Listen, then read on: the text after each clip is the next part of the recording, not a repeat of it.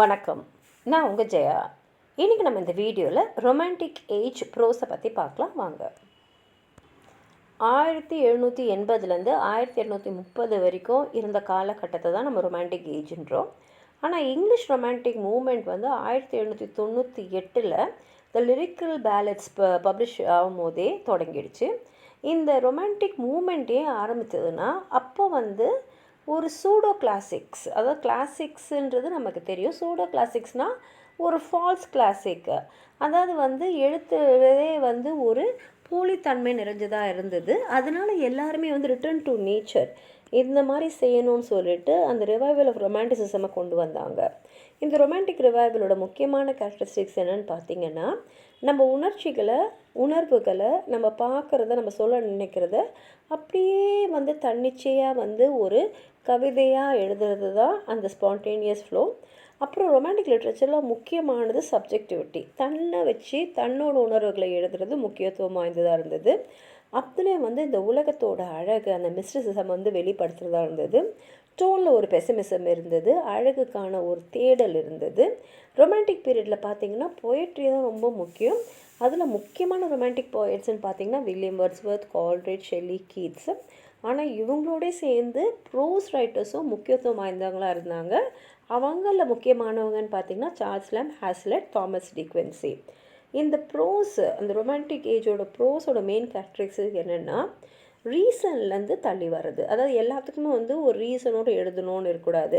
ஏன்னா age of என்லைட்மெண்ட்டில் பார்த்திங்கன்னா ரொம்ப முக்கியத்துவம் கொடுத்தது வந்து லாஜிக்கு, சயின்ஸுக்கு, ரீசனுக்கு. ஆனால் ரொமான்டிக் லிட்ரேச்சரில் பார்த்திங்கன்னா கற்பனைக்கு, எமோஷன்ஸ்க்கு, அதுக்கப்புறம் உள்ளுணர்வு, இன்ட்யூஷனுக்கு தான் அவங்க ரொம்ப ரொம்ப முக்கியத்துவம் கொடுத்தாங்க. ஏன்னா உள்ளுணர்வு என்ன சொல்லுதோ அதை வெளிப்படுத்தினாங்க. அதுக்கு நம்ம காரணம்லாம் சொல்லணுன்ற அவசியமே இல்லை. இயற்கை தான் வந்து முக்கியமான கருவாக இருந்தது. ரொமான்டிக் எஸ்டேஸும் சரி, போயட்ஸும் சரி, இயற்கையான உலகத்தோடு எப்படியெல்லாம் மனிதர்கள் வந்து கனெக்ட் ஆகலாம், இது மூலமாக இந்த உலகத்தில் இருக்கக்கூடிய அந்த கவலைகளெல்லாம் வந்து நம்மளை விட்டு எப்படி விலக்கி வைக்கலாம், மனசுக்கு எப்படி ஒரு அமைதியை தேடலாம் அப்படின்ற முக்கியத்துவத்தில் தான் இருந்தாங்க. அடுத்த முக்கியமான கருப்பொருள் பார்த்திங்கன்னா டிரான்சென்டலிசம். இந்த டிரான்சென்டலிசம் மூமெண்ட் வந்து ரேஷ்னலிஸ்ட்க்கு எதிராக 18ஆம் நூற்றாண்டில் ஆரம்பிச்சது.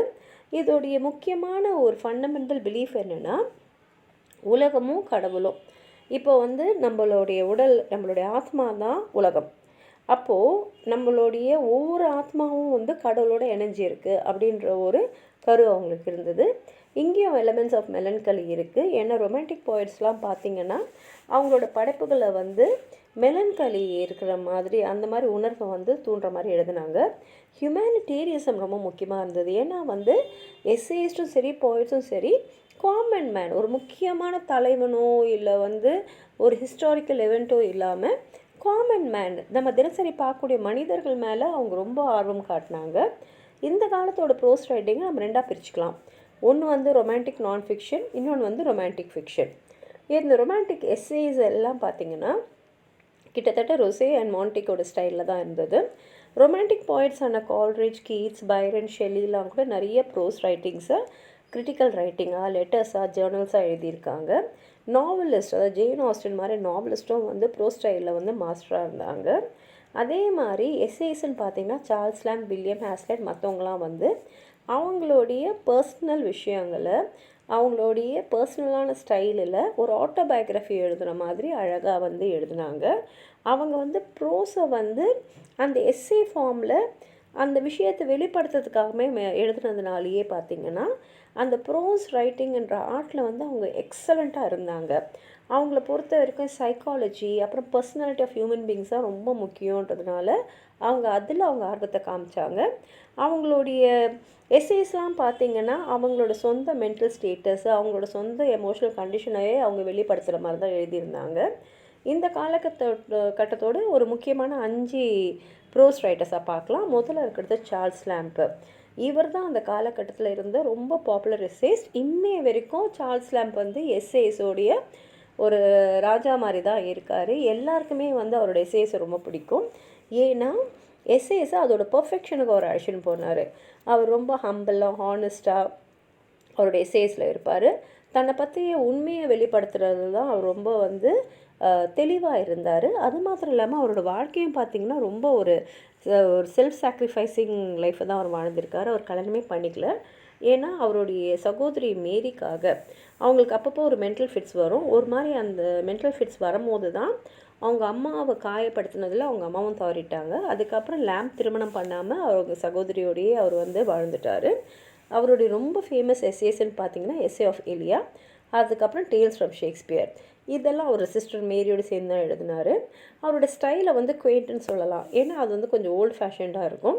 அதில் வந்து 16ஆம் நூற்றாண்டு 17ஆம் நூற்றாண்டோட எழுத்தாளர்களான sir Thomas Browne, Fuller, Milton, sir Isaac வால்டனுடைய அந்த இமிட்டேஷன் நம்ம பார்க்கலாம். அவருடைய எழுத்துக்களை வந்து 3 பீரியடாக பிரிச்சுக்கலாம். முதல் பீரியட் வந்து ஆரம்ப காலகட்டத்தில் அவர் எழுதுனது. அதில் வந்து போயம்ஸ், சிஎல்ன்ற போயம், இன் கோல்ட்ரிட்ஜ் போயம்லேயும் வேறு சப்ஜெக்ட்ஸ்லேயும் வரும். அப்புறம் ஹிஸ் ரொமான்ஸ் ரோசமெண்ட் கிரே, அதுக்கப்புறம் அவரோட போய்ட்ரி ட்ராமாவான ஜான் வுட்வில், அப்புறம் நிறைய ப்ரோஸ் அண்ட் போய்ட்ரி அவர் எழுதியிருக்காரு. 2வது பீரியடில் பார்த்திங்கன்னா அவர் லிட்ரரி கிரிட்டிசிசமில் தான் ரொம்ப கவனம் செலுத்தியிருக்காரு. முக்கியமாக டேல்ஸ் ஃப்ரம் ஷேக்ஸ்பியர் சொல்லலாம். இப்போ வந்து அதில் வந்து பார்த்திங்கன்னா அவருடைய ட்ராஜடிஸையும் எடுத்திருக்காரு, காமெடிஸையும் எடுத்திருக்காரு. அதுக்கப்புறம் பார்த்திங்கன்னா specimen of English dramatic poets contemporary with ஷேக்ஸ்பியரையும் வந்து 1808 வந்து எழுதினார். அவரோட 3வது பீரியட் பார்த்திங்கன்னா அவருடைய கிரிட்டிசிசம் ஆஃப் லைஃப், இதில் வந்து அவருடைய எஸ்ஏஸ் ஆஃப் எலியாவை சொல்லலாம், அப்புறம் லாஸ்ட் எஸ்ஏஸ் ஆஃப் எலியாவை சொல்லலாம். இவருடைய ஸ்டைல் பார்த்திங்கன்னா நல்லா ஜென்டிலாக இருக்கும், கொஞ்சம் ஓல்ட் ஃபேஷனாக இருக்கும், ரொம்ப அட்ராக்டிவாக இருக்கும், படிக்கிறவங்களுக்கு ஒரு ஈர்ப்பு இருக்கும். அவருடைய எஸ்ஸேவை எடுத்துட்டோன்னா நம்ம எளிதாக வந்து முடிச்சிடலாம். ஏன்னா வந்து அவ்வளோ எளிமையாகவும் நம்மளை வந்து தொடக்கூடிய அளவும் நம்மக்கிட்ட பேசுகிற மாதிரி அவர் எழுதுவார். அவருக்கு முந்தின இந்த ரைட்டர்ஸ் ரொம்ப பிடிக்கும். அவர் வந்து ரொம்ப பாரோ பண்ணதுன்னு பார்த்திங்கன்னா ப்ரௌனுடைய ரெலிகோ மெடிசிலேருந்து எடுத்திருப்பார். அப்புறம் ஏர்லி ட்ராமாட்டிக் ஸ்கேல்லேருந்தும் நிறைய எடுத்திருப்பார். அவருக்கு அடுத்தது வர்றது வில்லியம் ஹேஸ்லெட்டு. இவர் வந்து முறையான கல்வி இல்லைனாலும் அவராகவே இலக்கியத்திலும் பெயிண்டிங்லும் அவரோட ஆர்வத்தின் காரணமாக நிறைய அதெல்லாம் தெரிஞ்சுக்கிட்டாரு. நிறைய எழுதியிருக்கார். லேம்ப் மாதிரி இல்லாமல் அவர் நிறையாவே எழுதியிருக்காரு. இவர் ஒரு இண்டிபெண்ட்டான ஒரு ஆள். அவருடைய வாழ்க்கையை அப்படியே அவருடைய எழுத்துக்கள் அவர் நிறைய வெளிப்படுத்தியிருக்காரு, நிறைய எழுதியிருக்காரு. அவரோட முதல் பப்ளிகேஷன் வந்து பார்த்திங்கன்னா அது ஒரு ஃபிலாசபிக்கல் சைக்கலாஜிக்கல் ட்ராக்ட்னு சொல்லலாம், essay on the principles of human action. அப்புறம் அவருடைய ஷேக்ஸ்பியர் லெக்சர்ஸ் எல்லாம் வந்து கேரக்டர்ஸ் ஆஃப் ஷேக்ஸ்பியர்ஸ் பிளேன்னு வந்து 1817 வெளிப்படுத்தியிருக்காரு. பிற்காலத்தில் அவர் எழுதுனதான் lectures on the English poet, lectures on the English comic writers, lectures on the dramatic literature of the age of Elizabeth.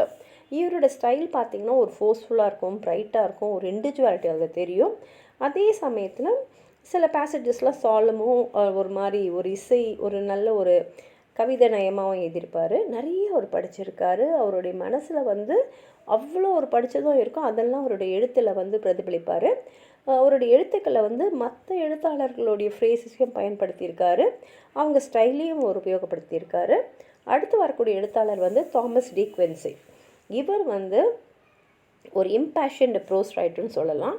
அவர் வந்து இன்றைக்கும் வந்து அவருடைய the confessions of an English opium eater வந்து ரொம்ப பிரபலமான ஒரு எழுத்து. இவர் வந்து ரொம்ப பெரிய பணக்கார குடும்பத்தில் பிறந்திருந்தாலும் அவருடைய செல்வத்தை எல்லாத்தையுமே அவர் வந்து ஊதாரித்தனமாகவே வந்து செலவு பண்ணிட்டார்.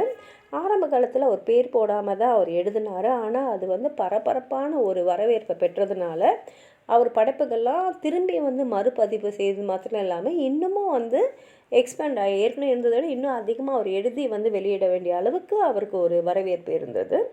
அதே மாதிரி அவர் வந்து அவரோட ஸ்டைலே பார்த்திங்கன்னா அவருடைய பர்சனலாக வந்து அவருக்கு நடந்தது, அதுக்கப்புறம் அவருக்கு எப்படி வந்து ஒரு விஷயம் வந்து அவர் கண்ணுக்கு தெரியுதோ அவர் எழுதும் போது அதை படிக்கிற வாசகர்களுக்கும் அதே மாதிரி தெரிகிற அளவுக்கு ஒரு தாக்கத்தை ஏற்படுத்தக்கூடிய அளவுக்கு எழுதக்கூடியவர் இவர்.